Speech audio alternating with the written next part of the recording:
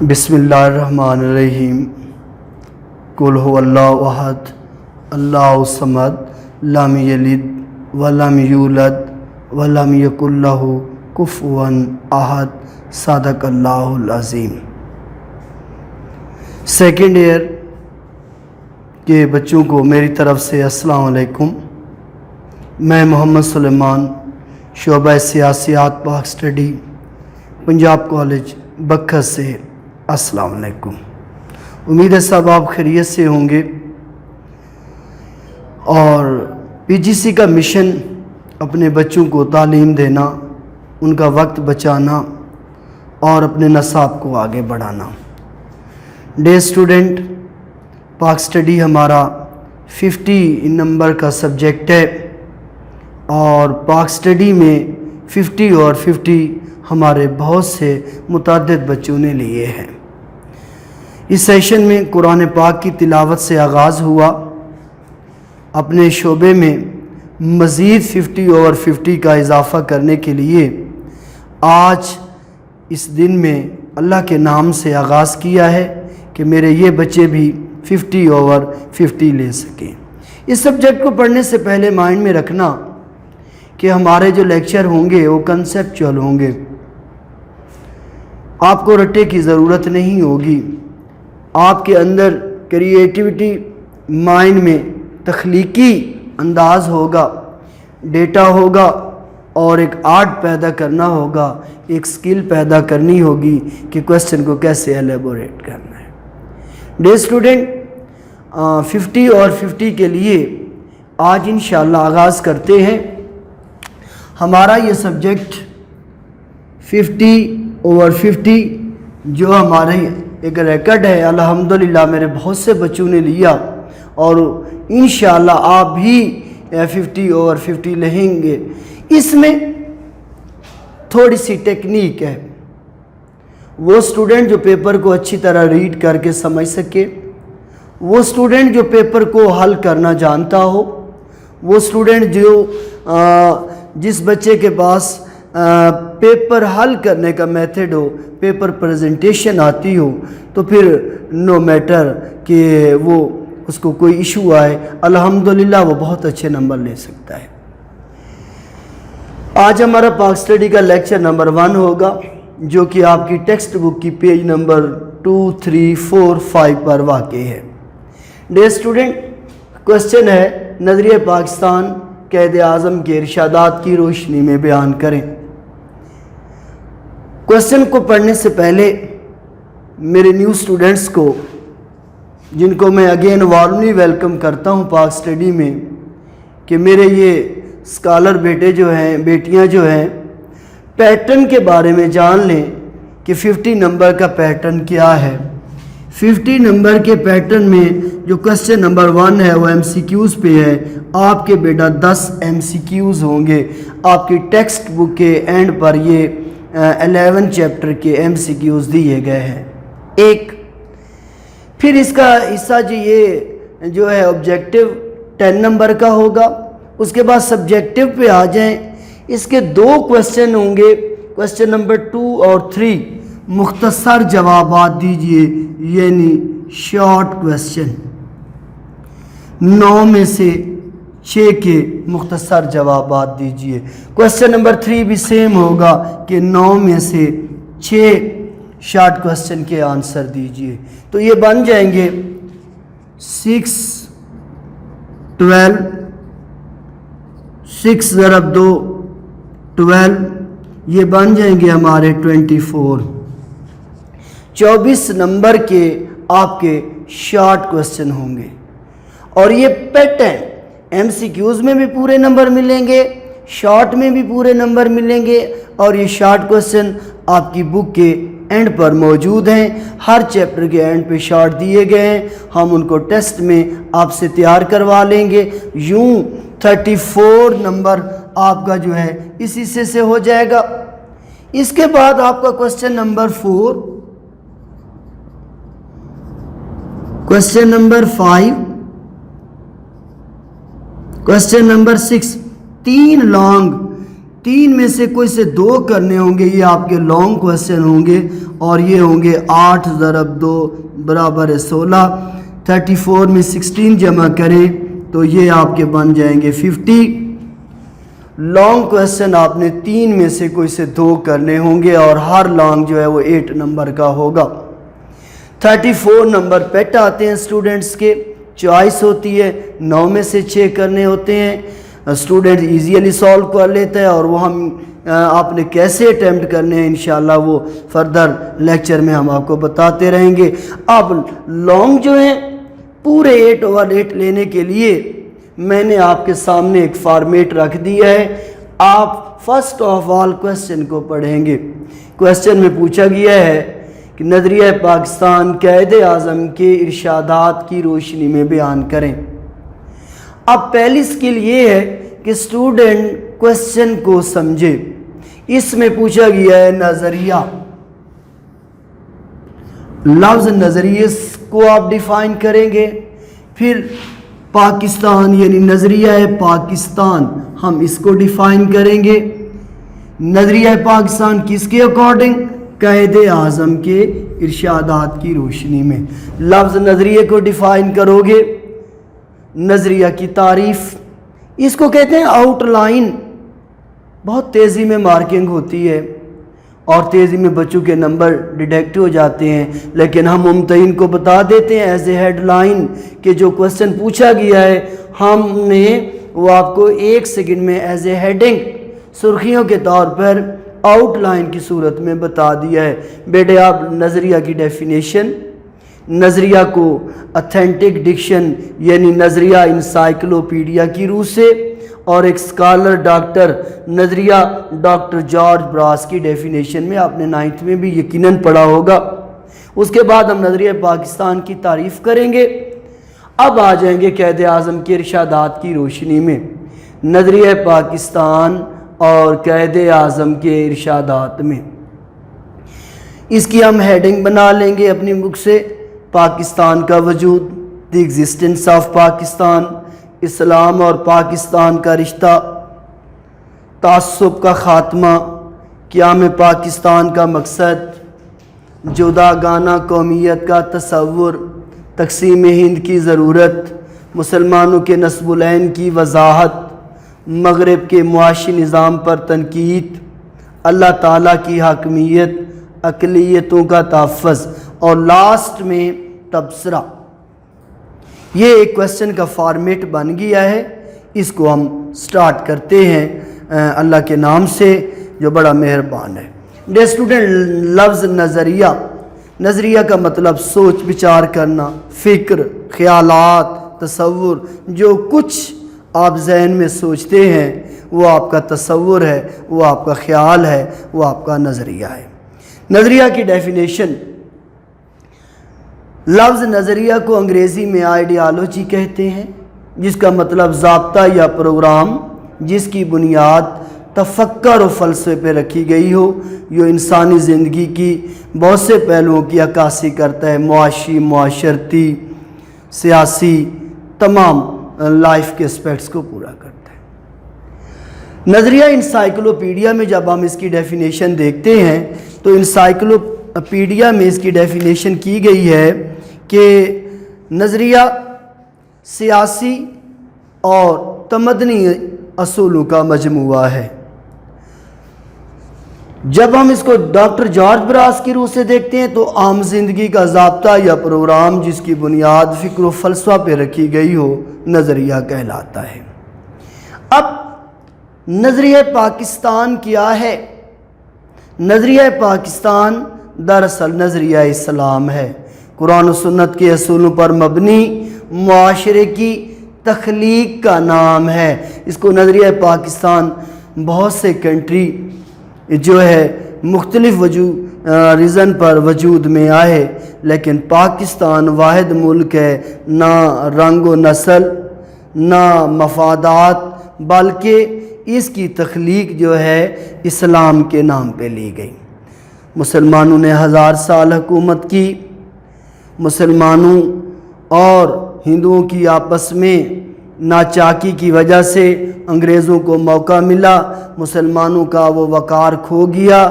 کھوئے ہوئے وقار کو دوبارہ حاصل کرنے کے لیے مسلمانوں نے جو تگ و دو کی، جو کوشش کی، وہ نظریہ پاکستان کہلاتی۔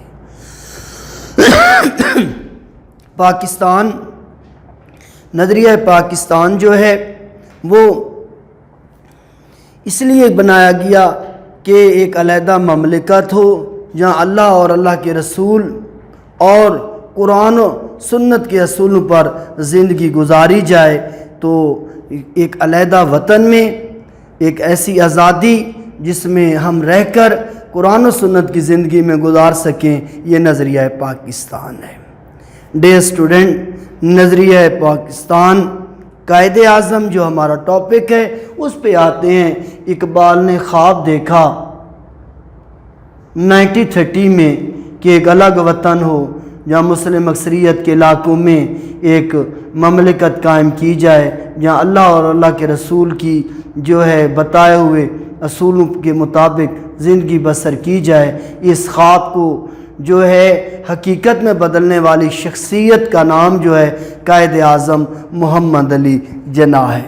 قائد اعظم محمد علی جناح جو ہیں ہمارے عظیم لیڈر ہیں، فاؤنڈر آف پاکستان ہیں، محسن پاکستان ہیں، ملت کا پاسباں ہے محمد علی جناح، ملت کا پاسباں ہے محمد علی جناح، ملت ہے جس جہاں ہے محمد علی جناح۔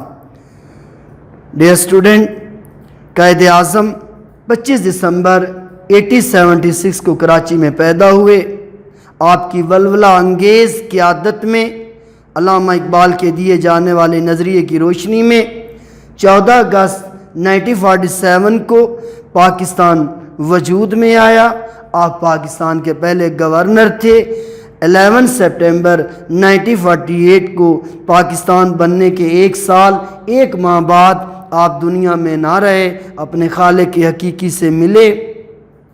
آپ وہ عظیم لیڈر تھے جنہوں نے برصغیر کے مسلمانوں کو ان کے نظریے کے مطابق زندگی گزارنے، ان کو ایک مقصد پر اکٹھا کیا، اور مسلمانوں کے پاس ایک ہی راستہ تھا، وہ تھی آزادی، ایک آزاد خود مختار مملکت کا حصول۔ تو آپ نے جو ہے اپنا جو نظریے کے حوالے سے کہے تو اس میں ہماری پہلی کوٹیشن آپ شعر لکھنے کے بعد پاکستان کا وجود، اس میں مارچ 1944 کو مسلم یونیورسٹی علی گڑھ کے طلباء سے خطاب کرتے ہوئے آپ نے جو ہے ارشاد فرمایا، دراصل پاکستان تو اسی روز وجود میں آ گیا جب ہندوستان میں پہلا ہندو مسلمان ہوا تھا۔ ہندوستان میں جب پہلا فرد مسلمان ہوا تو وہ پہلی قوم کا فرد نہیں رہا، وہ ایک جداگانہ قوم کا فرد ہو گیا۔ ہندوستان میں ایک نئی قوم مسلمان وجود میں آ گئی۔ ہماری جیت تو اسی دن ہو گئی تھی جس دن پہلا ہندو مسلمان ہوا۔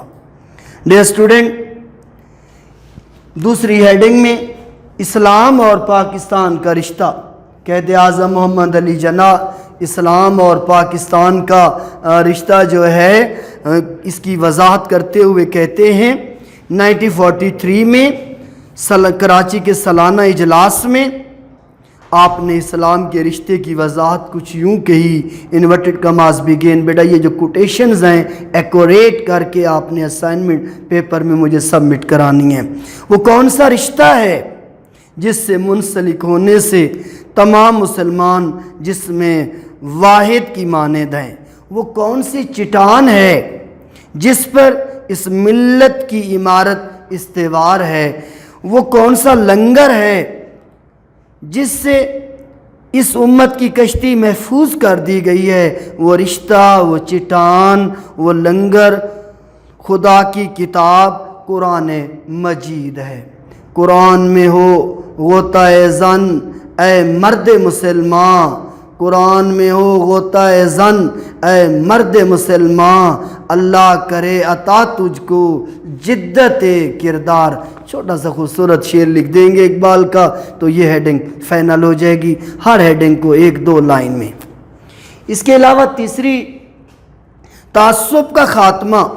قائد اعظم تعصب کے خاتمے کے بارے میں 21 مارچ 1948 کو ڈھاکہ کی عوام سے خطاب کرتے ہوئے کہتے ہیں، انورٹڈ کماز بگین، میں چاہتا ہوں کہ ہم پنجابی، بلوچی، سندھی، پٹھان اور بنگالی بن کے بات نہ کریں۔ یہ کہنے میں آخر کیا فائدہ کہ ہم پنجابی، سندھی، بلوچی، بنگالی یا پٹھان ہیں، ہم تو فقط مسلمان ہیں۔ اس میں ہمیں کیا فائدہ ہوگا کہ ہم ذات پات میں بٹس میں جو ہے تقسیم ہو جائیں؟ نہیں، ہم صرف مسلمان۔ تعصب چھوڑ ناداں دہر کے آئینہ خانے میں، یہ تیری ہی تصویریں ہیں جنہیں سمجھا ہے برا تو نے۔ یہ تھا تعصب کے حوالے سے۔ تعصب کے حوالے سے محسن بھی کہتا ہے، گھن کی صورت میں، گھن دیمک جو لکڑی کو کھا جاتی ہے، گھن کی صورت میں یہ تعصب تجھے کھا جائے گا محسن، گھن کی صورت میں یہ تعصب تجھے کھا جائے گا محسن، اپنی ہر سوچ کو علاقائی نہ کر۔ ڈیئر اسٹوڈنٹ، قیام پاکستان کا مقصد، قائد اعظم نے قیام پاکستان کے مقصد کی وضاحت کچھ اس طرح کی۔ اسلامیہ کالج پشاور کے طلباء سے خطاب کرتے ہوئے آپ نے کہا کہ ہم نے پاکستان کا مطالبہ ایک زمین کا ٹکڑا حاصل کرنے کے لیے نہیں کیا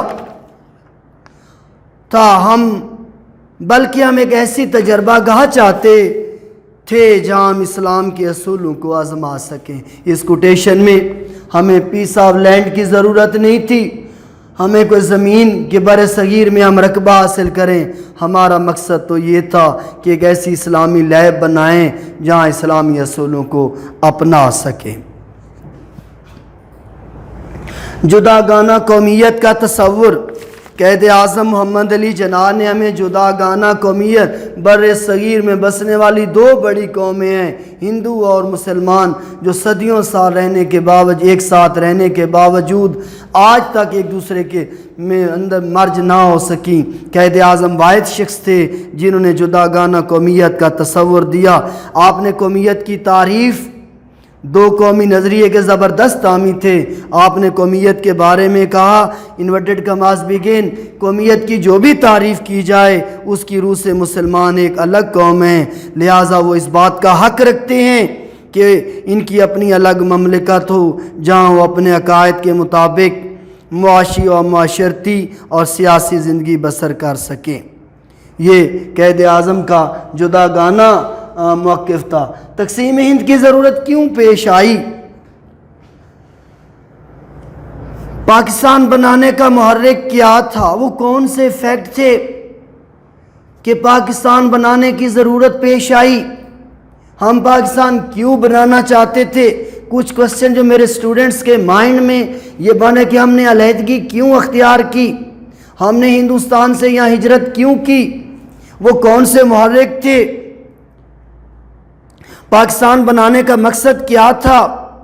ڈیئر اسٹوڈنٹ، ان سوالوں کا آنسر مسلمانوں کے لیے جداگانہ مملکت کی کیا وجہ تھی، تقسیم ہند کی ضرورت کیوں پیش آئی، اس کی وجہ نہ تو ہندوؤں کی تنگ نظری ہے نہ انگریزوں کی چال، یہ اسلام کا بنیادی مطالبہ ہے۔